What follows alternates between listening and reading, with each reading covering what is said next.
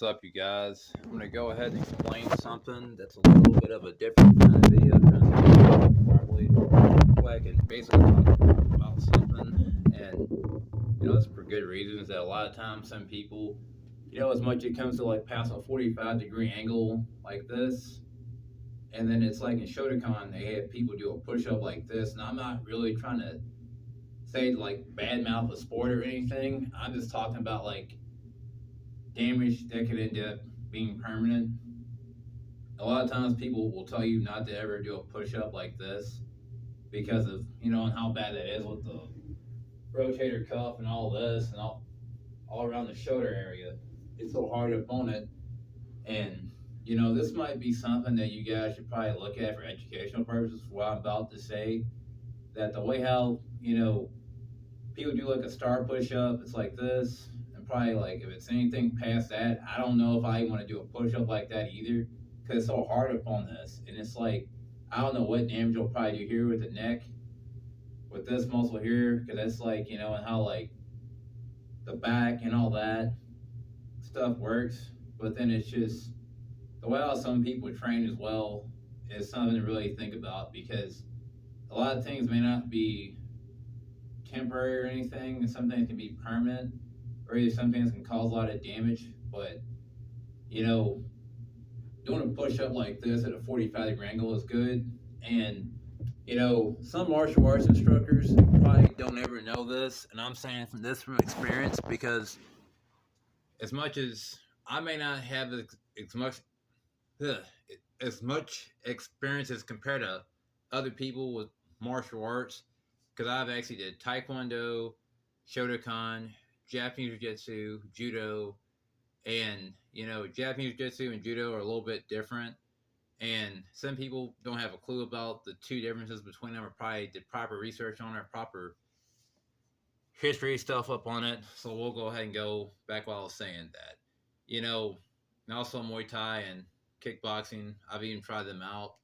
So the thing is, I'm really going to go ahead and state a lot of times when people do a side fall, and I'm going to say it's called a Yoko Ukumi, and this is something that they actually do in Judo or Japanese Jiu-Jitsu. You do a side fall like this, and it's like, bam. You see the way my arm is? It's kind of like, whenever the way how they fall. And I'd probably have to do another video on this one because I'm going to talk more about the safety up in that one. And the other thing about whenever you're doing a back fall, they'll call us a break fall. And I'm really going to say something about this stuff as well. Is that, whenever you do a break fall, this is beginner stuff. Whenever you learn to fall, you're like this, 45-degree angle. And the part I'm saying about all this is that the low of the shoulders is that the way how some people have done judo for years, and I had a martial arts instructor, and he told me that he cannot even put his arm all the way up like this, and one arm is like this and like this. It's something to do with whenever people have like shoulder surgery, it's like the arm is like it's so tight, like right around through here. And the thing is, whenever he had a shoulder injury, his arm was out of line, and I don't know how his arm was like this. He's like, it's something to do with all that. He knew exactly what it was, but the whole thing about it is, whenever your arm is like this, I'll probably put a rod or do some kind of thing up in it. Like, with the, how can I say it? Some kind of surgery or whatever. They'll put a rod up in it probably, and yet you won't be able to do most stuff for a while, and it'll probably impact your daily tasks. But the whole thing I'm saying is whenever your arm is like, one arm is like this, one arm can go full range of motion. We'll turn it sides so you can see exactly what I'm talking about. Is that, the way how your alignment is, this side's going to have to end up covering a lot for this side. And yet, this side is kind of a little bit different.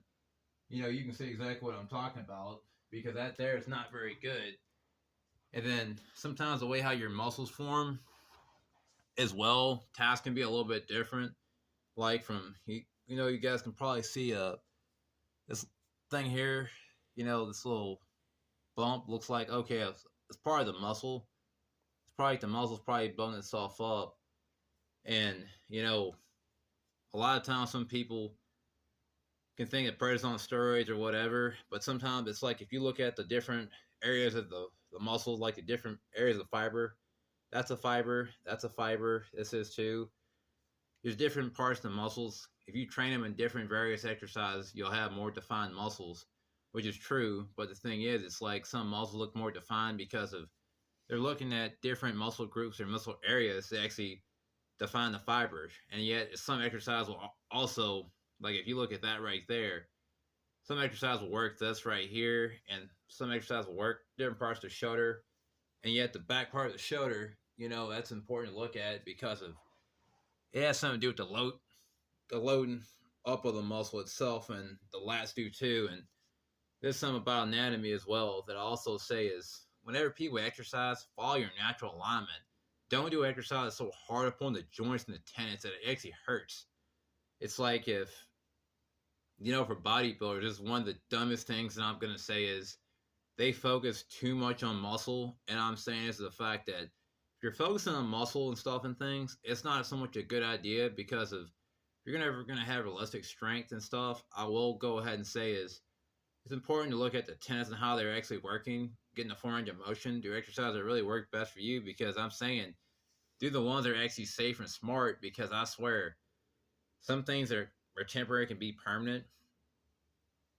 As in like you're training a certain sport, you're doing most stuff, and yet you don't ever think about the fact that okay, this right here is so hard up on my body part, like the shoulder, like okay.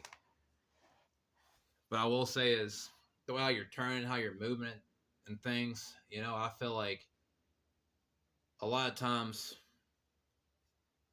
from okay,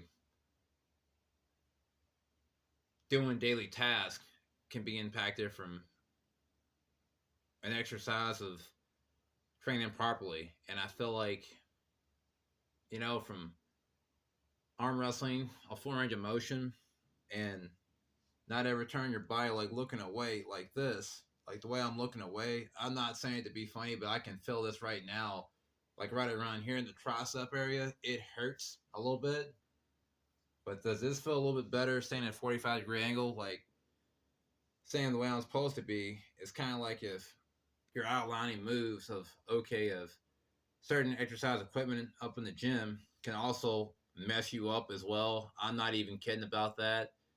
Because some exercise, it's like if a machine ever goes like this, I don't know if I'd ever want to try that exercise because of it's so hard up on the back. It may not be right now, but later on you'll probably feel that. And I feel like what exercise will probably comfortable and as much as it hurts right. As in the way how you train, the way how your muscles are going to build themselves up. I feel like a lot of times that you focus on pulling exercise, you're going to have a lot more pulling strength and overhead strength sometimes like this, like a overhead press, either a military press. I feel like that's really good for the shoulders, but a lot of times as much as people look at the upper and the lower part of the back, I also say the lower part of the back has a role with a lot of times whenever you're controlling the weight because I feel like, whenever it comes to overhead lifting, I will say something about that. If you're not ever going to train your shoulders properly, I will say is it is very hard to do this. Like whenever I'm lifting something, like a clean jerk,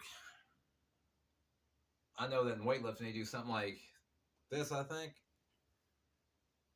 it might be powerlifting or clean lifting or whatever, or freestyle lifting.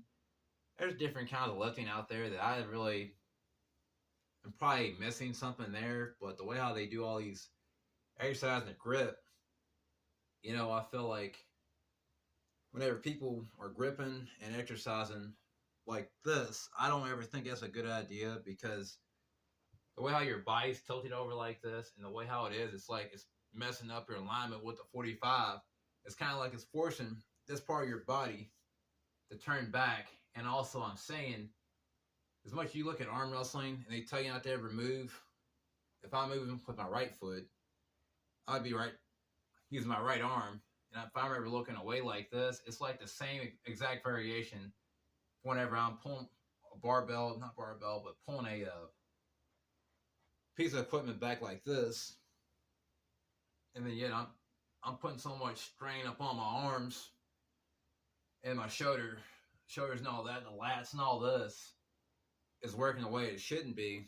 But the point is, I'm saying it's important to look at this stuff because of look at the way how your body moves and how a lot of times simple exercises changes and stuff, and look at the way how the movement changes. Because I feel like sometimes some people have to video record themselves of how they're trained, or either have a spotter or a proper training partner. Because I swear, a lot of times weightlifting can get out of control, and learn how to fall and stuff can get out of control. But I feel like as much as you look at the basics of arm wrestling, you look at the basics of judo and the falling part. I'm just gonna say this as a fact that a lot of times this stuff here can prevent you from having a lot of permanent injuries. Because I'm saying some things that people never thought about before, like whenever they were younger and stuff. I will say is this is a fact that some people wish they hadn't done most stuff because of stuff they did in their 20s and 30s whenever they're probably around their 60s. I swear this stuff here hurts them still when they get older. And I even heard of a story about a guy who actually was doing a job, and yet this guy actually said that before something fell up on his back, and it was like right around through here. It still hurts him still to this day. And it's like, some people, whenever they're probably in their 20s or whatever, they move around like they're probably in their 70s. And I'm not kidding about it. So I'm going to have to end this video because I don't want to keep it too much longer than it needs to be. So like, comment, subscribe.